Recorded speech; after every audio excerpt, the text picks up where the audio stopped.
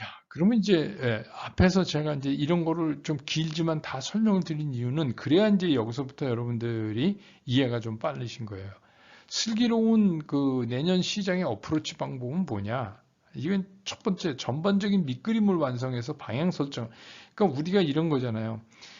최근에 증시에 입문하신 분 그냥 주식하면 돈 번대 뭐 이렇게 해서 그렇게 해서 아 이건 뭐 1년 사이에 한 번 안 오르겠어? 뭐 이렇게 한다든가 뭐 좀 그렇게 접근을 했잖아요. 근데 이제는 그렇게 하면 안 돼요. 전반적인 밑그림이 완성돼야 돼요. 그러니까 적어도 분기별로 시장이 어떻게 흔들리고 어떤 변수에 의해서 어떻게 될 수가 있으니까 뭐 그게 맞냐 틀리냐는 중요하지 않아요. 방향을 내가 어떻게 그림을 가지고 가느냐라는 게 먼저 이제 구성이 돼야 돼요. 왜 그러냐면 그게 애초에 내가 생각했던 거랑 틀렸을 때 빨리 바꾸고 이 전환을 하려면 밑그림이 있어야 돼요. 밑그림이 없으면 이게 뭐 상황이 바뀌어서 내가 어떻게 바뀌는지 이런 거를 전혀 알 수가 없잖아요. 그러니까 우리가 뭔가 기본 설계도가 있어야 그걸 고칠 때 쉬워지죠. 아무 설계도도 없고 아예 어차피 뭐 변수가 많으니까 그런 거 없어 이러면 맨날 시장에 이제 끌려다니게 된다는 얘기죠. 그 다음에 이제 종목 선정. 근데 여러분들이 이제 이 종목 선정과 매매 전략 이 두 개를 놓고 보면 저는 이 두 개가 다 똑같다고 생각해요.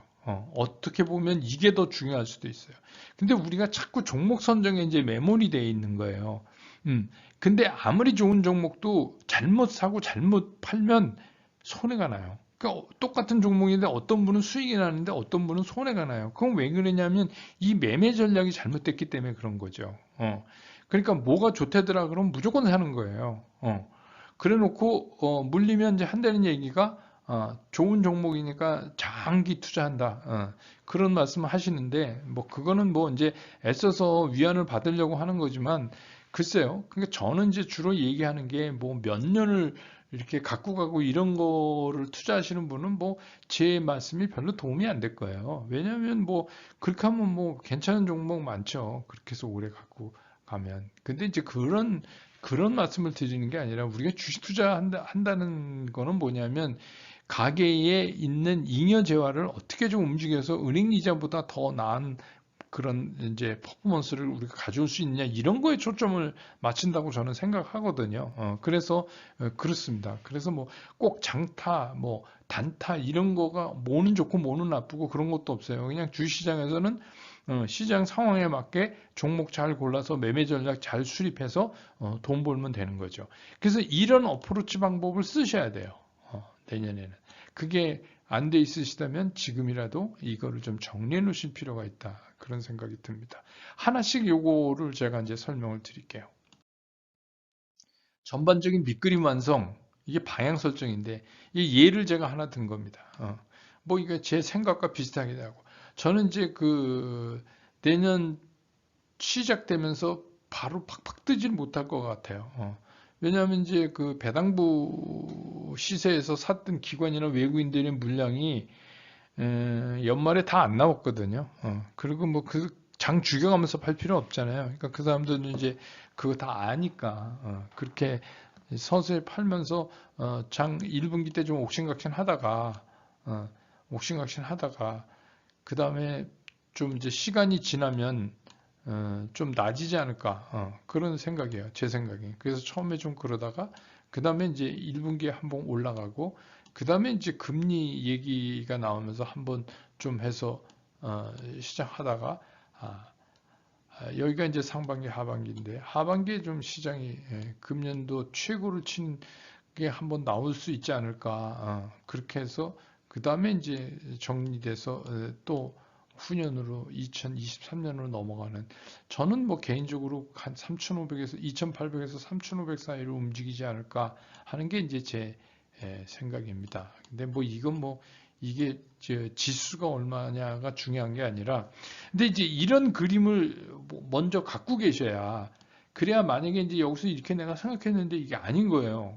그러면 어떻게 해요? 빨리 우리가 뭐 그림을 변경할 수가 있잖아요. 근데 이런 그림조차 또 없다. 그러면 뭘 어떻게 해? 그냥 맨날 시장이 일리 쏠림이 일리 가고 뭐 이렇게 된다는 거죠. 그러니까 이거는 한번 여러분들이 큰 그림을 한번 그려놓으실 필요가 있다. 이런 생각이 들어요.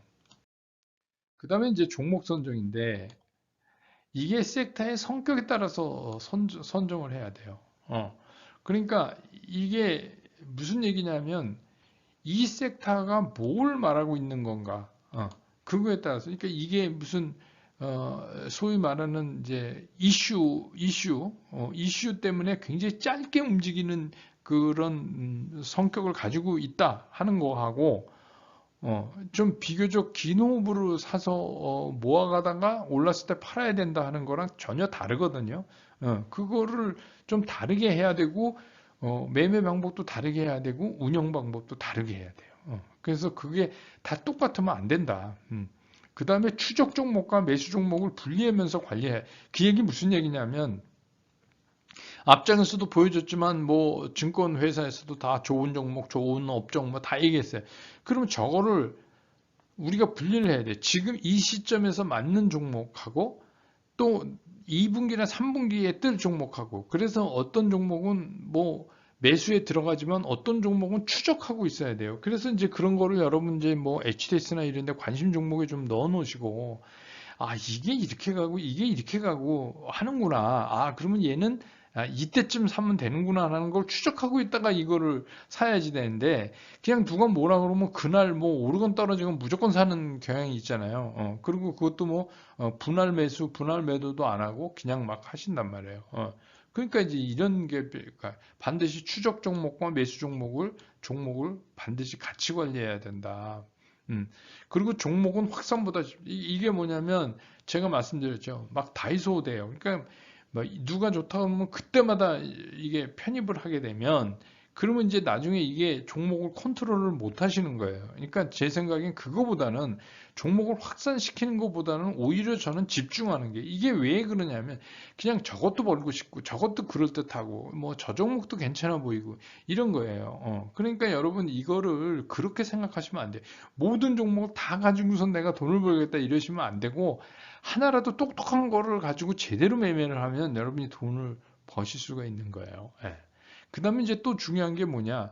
매도를 했는데 매도하면 그 다음에 그냥 버리는 거라고 알고 계시는데 이것도 추적 관리가 필요해요. 왜 그러냐면 이게 한번 움직인 주식, 소위 말하는 끼 있는 주식, 유망 업종 종목 이런 것들은 주기적으로 이게 순환하거든요. 더군다나 이제 내년 시장을 봤을 때 내년 시장에도 그렇게 순환적인 성격을 띨 가능성이 굉장히 높아요. 그렇다면 뭐냐면 매도한 거는 그냥 난 몰라 이러고 그냥 버리지 말고 매도한 놈이 어떻게 움직이는가 이거를 또 추적해서 야, 얘 이 정도면 살 때 된 거 아니야? 이런 생각을 떠올릴 수 있게 이거를 추적을 하는 게 필요하다. 그러니까 매도하고선도 계속해서 추적하라. 그 다음에 이제 매매 전략 수립의 문제인데 이것도 이제 굉장히 중요합니다. 이게 이 매매 전략이 틀려지면 종목이 안만 좋아도 필요 없어요. 그 포트의 성격을 우선 규정해야 돼요. 내가 이 포트가 뭐냐? 이 포트는 나는 장기적으로 가지고 가는 포트다.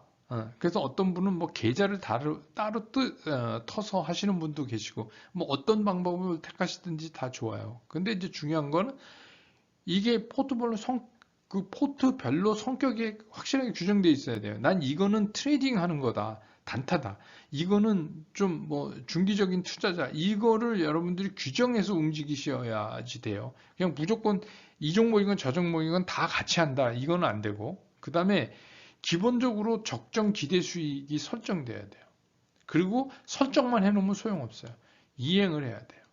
그래서 앞에서 제가 말씀드렸던 증권사들의 대체적인 그 내년도 예상을 봤을 때 지금 시점에서 고점까지가 대개 한 17, 8% 정도를 보고 있어요. 그러면 여러분이 이제 여기서 한 가지 힌트를 얻어야 될 게 뭐냐면 내년에는 그거를 초과하는 기대 수익을 기다리면서 마냥 기다리면 어떻게 해요?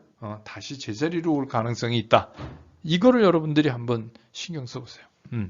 이거는 굉장히 중요한 겁니다. 그래서 뭐 사람마다 뭐 좀 다르겠지만 자기가 생각하는 기대 수익이 오면 반드시 하셔야 돼요. 그래서 제 개인적으로는 이건 제 개인적이니까 뭐 안 들으셔도 됩니다. 제 개인적으로는 내년에 어떤 종목이든 15% 오르면 분할 매도하기 시작해야 돼요.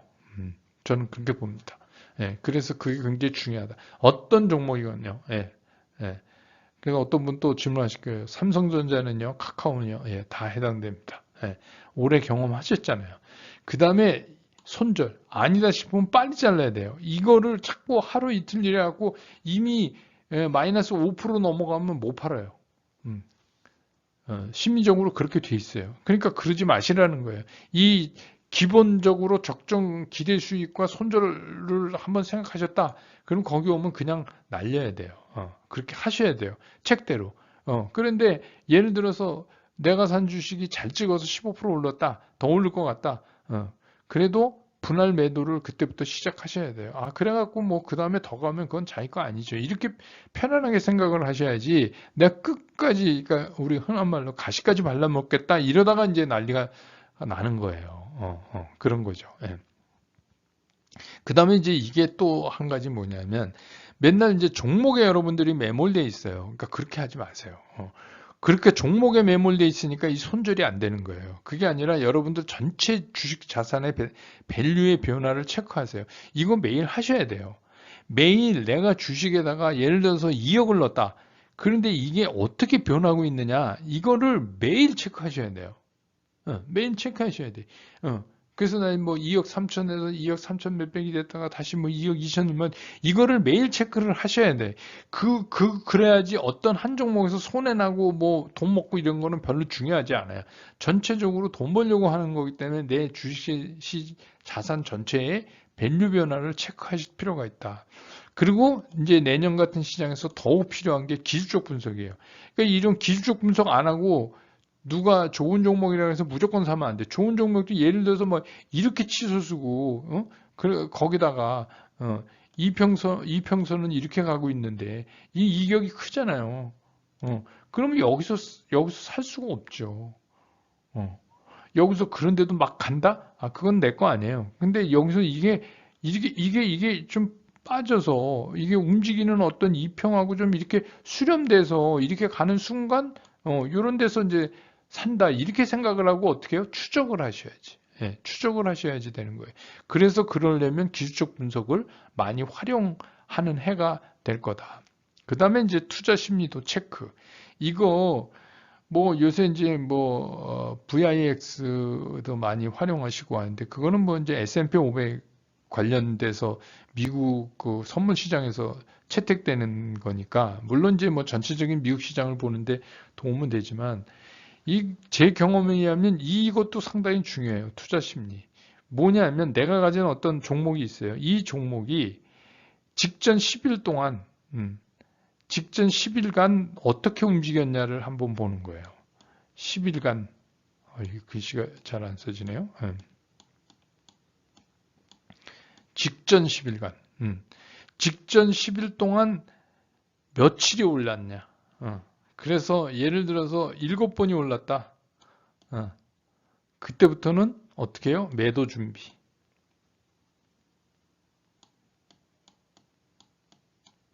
매도 준비. 분할 매도 들어가요.